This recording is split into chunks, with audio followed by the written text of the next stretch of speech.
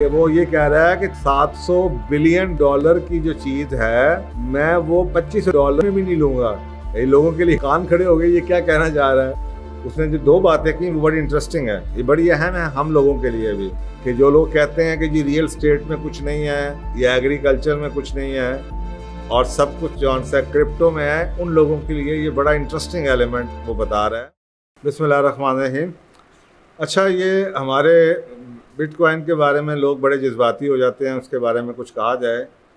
ये एक ऐसी इन्वेस्टमेंट है जो कि कुछ लोगों को बना भी जाती है और ज़्यादातर को इसने उजाड़ भी दिया। लेकिन जो लोग इसकी मोहब्बत में गिरफ़्तार हैं वो किसी की कोई दूसरा अपनी जो उनकी पर्सनल इसकी लाइक से डिसलाइक है उसके अगेंस्ट कोई भी कॉन्ट्राडिक्टरी स्टेटमेंट सुनना नहीं चाहते। लेकिन कई चीज़ें ऐसी होती हैं जो कि इंटरेस्ट होता है, क्योंकि जब आप दूसरी तरफ की स्टोरी सुनते नहीं हैं, लेकिन हर बात में कोई ना कोई ट्रुथ तो होता है। तो बजाय इसके कि हम ये सिर्फ उनकी स्टोरी सुने, और आपको पता है कि जब आप किसी चीज़ को मार्केट करते हैं तो सिर्फ आप सक्सेस स्टोरीज़ को आपको सुनाई जाती हैं। तो मैंने भी कई लोगों को अपनी ज़िंदगी में उजड़ते और बनते हुए देखा है बिटकॉइन से, और उससे पहले मैंने फॉरेक्स से, और उसके बाद मैंने स्टॉक्स मार्केट से भी यही देखा है लोगों को बनते हुए, क्योंकि वो उस काम को इतना सीखते नहीं हैं, लेकिन ना ही उनको हिस्ट्री का पता होता है। लेकिन वो जहाँ से शुरू करते हैं, किसी को इससे इंस्पायर होके या किसी वीडियो को देख के या सक्सेस स्टोरीज़ को देख के काम तो शुरू कर देते हैं, लेकिन उनको दूसरी साइड की स्टोरी नहीं पता होती। तो ये जो स्टोरीज़ होती हैं, ये आपका फ़ैसला चेंज हो या ना हो, या आपके उसके बारे में बाइसेस चेंज हो या ना हो, लेकिन कम से कम सुननी ज़रूर चाहिए। तो ये मैं आपके सामने एक छोटी सी एग्जांपल देता हूँ कि आपके सामने, आपको पता है कि वॉरेन बफेट का ये जो उसकी कंपनी है बर्कशायर, ये वॉरेन बफेट जौन सा है ये गुरु समझा जाता है इन्वेस्टमेंट्स का और स्पेशली स्टॉक मार्केट्स का। ये लोगों को पढ़ाता है, फाइनेंस पढ़ाता है, और बड़े बड़े लोग ऐसे हैं जो इसको गुरु समझ के इससे एडवाइस लेते हैं। यहाँ तक कि बिल गेट्स भी इससे लेता है, और ये साल में एक लंच या डिनर किसी के साथ करता है जिसकी नीलामी मिलियन ऑफ डॉलर्स में होती हैं। लोग इसके यानी कि इसके मशवरे की इतनी वैल्यू है कि अगर हम इस शख्स के साथ 1-2 घंटे गुजारेंगे तो हमारी ज़िंदगी बदल सकती है। तो ये वो शख्स है, ये कोई आम शख्स नहीं है। ये अभी रिसेंटली उसकी जो कंपनी है उसके शेयर होल्डर्स की मीटिंग हुई, तो उसने जो शेयर होल्डर्स को जब वो अपनी रिपोर्ट पेश की तो उसको लॉसेस थे। आपको पता है स्टॉक मार्केट में लॉसेस तो हुए हैं लोगों को। उसके केस में तकरीबन उसके पास $147 बिलियन का कैश था, जो रिड्यूस होके 106 बिलियन पे आ गया स्टॉक मार्केट की फ्लक्चुएशन की वजह से। तो कई लोगों ने उसको मशवरा दिया कि जी आपको ये जो $106 बिलियन, अब आप इस $106 बिलियन को सोचना हो तो आप ये देख लीजिए कि हमारे मुल्क के जो इस वक्त हालात हैं, $1 बिलियन या $2 बिलियन की IMF की किस्त लेने के लिए नाकों चने चबवाए जा रहे हैं हमें, और हमारे हालत क्या हुई हुई है। तो एक शख्स जिसके हाथ में $106 बिलियन कैश है, उसको कहा जा रहा है, लोग एडवाइस दे रहे हैं कि जी आपने स्टॉक में से कुछ आपको नुकसान हो गया है तो आप ये पैसे इन्वेस्ट कर दें, तो बिटकॉइन में इन्वेस्ट कर दें। तो उसका जवाब ज़रा सुनिए क्या था, और ये मैं रिसेंट उसका लेटेस्ट जवाब सुना रहा हूँ आपको। तो वो आगे से कहता है कि it is not a productive asset, ये ऐसी एसेट नहीं है जो कि प्रोडक्टिव हो, और ना ही एक ऐसी एसेट है जिसकी कोई वैल्यू हो। अब ये बड़े आप लोगों के लिए कान खड़े करने वाली बात है, अगर आप इस बात को सुनना चाहिए। और ये कहने वाला कौन है? ये कहने वाला वॉरेन बफेट है। वो कहते हैं कि अगर मुझे तमाम दुनिया के जो बिटकॉइन हैं जो दुनिया में मौजूद हैं, अगर वो कोई $25 के भी ऑफ़र करे तो मैं ये नहीं लूँगा। अब आप सोचें, इतने नुकसान होने के बावजूद भी, आज भी $30,000 का बिटकॉइन होने के बावजूद भी कोई 600-700 बिलियन उसकी मार्केट कैपिटलाइजेशन है।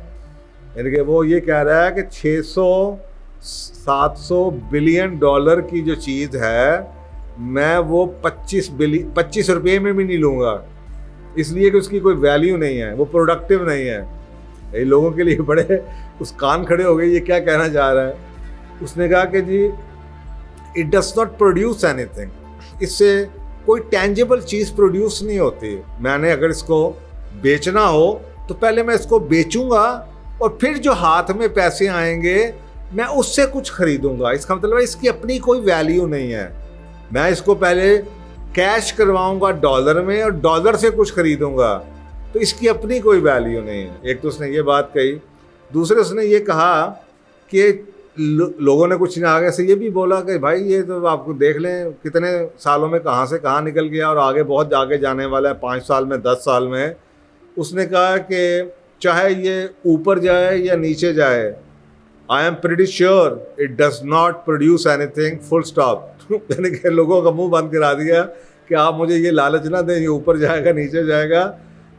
ये मैं आई एम वेरी क्लियर कि मेरे हिसाब से ये चीज़ कुछ प्रोड्यूस नहीं करती। आगे तो उसने 2 बातें और कहीं।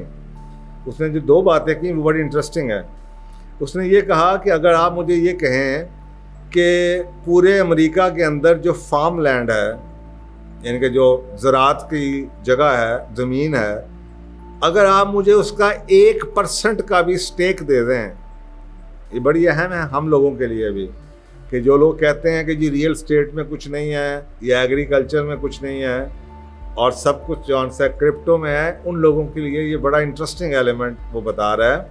और वो बताने वाला कोई आम आदमी नहीं है, वो शख्स है जिसके हाथ में $106 बिलियन का कैश है, उसके बावजूद भी वो 1 रुपया बिटकॉइन में इन्वेस्ट करने के लिए तैयार नहीं है। वो आगे से ये कह रहा है कि अगर आप मुझे पूरी अमेरिका का जो फार्म लैंड है, एग्रीकल्चर जो लैंड है, उसका 1% का स्टेक दे दें और आप मुझे $25 बिलियन मुझसे ले लें, तो मैं आपको अभी चेक दे देता हूँ। और दूसरी बात उसने ये कही, अगर आप मुझे पूरे अपने मुल्क में जो अपार्टमेंट्स हैं उसका 1% दे दें, 1% का स्टेक, तो मैं फिर भी $25 बिलियन आपको अभी चेक लिख के दे देता हूं, लेकिन मैं बिटकॉइन सारे लेने के बावजूद $25 के बिना लूं। अब ये बहुत बड़ी स्टेटमेंट है।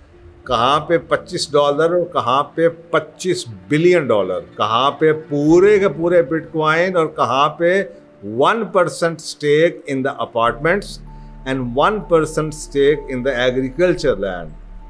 तो उससे पूछा गया व्हाई इज दैट, ये ऐसा क्यों है? तो उसने ये कहा कि ये दोनों चीज़ें वो हैं जो खुद कुछ प्रोड्यूस करती हैं। अगर फार्म लैंड है तो मैं उस पर एग्रीकल्चर आउटपुट ले सकता हूँ, और अगर ये अपार्टमेंट्स हैं तो मैं उस पर रेंट कमा सकता हूँ, क्योंकि इनकी अपनी कोई वैल्यू है, जबकि बिटकॉइन की कोई वैल्यू नहीं है। अब ये बात उसने अपने शेयर होल्डर्स की मीटिंग में रिकॉर्डेड है, और इसके ऊपर अमेरिका के अखबार भरे हुए थे, 2 दुनिया के अखबार भरे हुए थे। और जो मार्केट है आपको पता है फिर ऐसी चीज़ों पे काफ़ी करवट खाती है।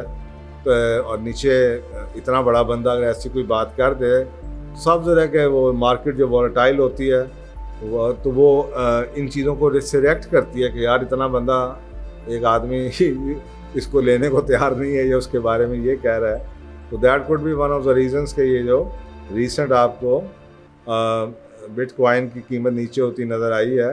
तो ये बात सोचने की है कि वॉरेन बफेट जैसे आदमी इसके बारे में क्या कहता है।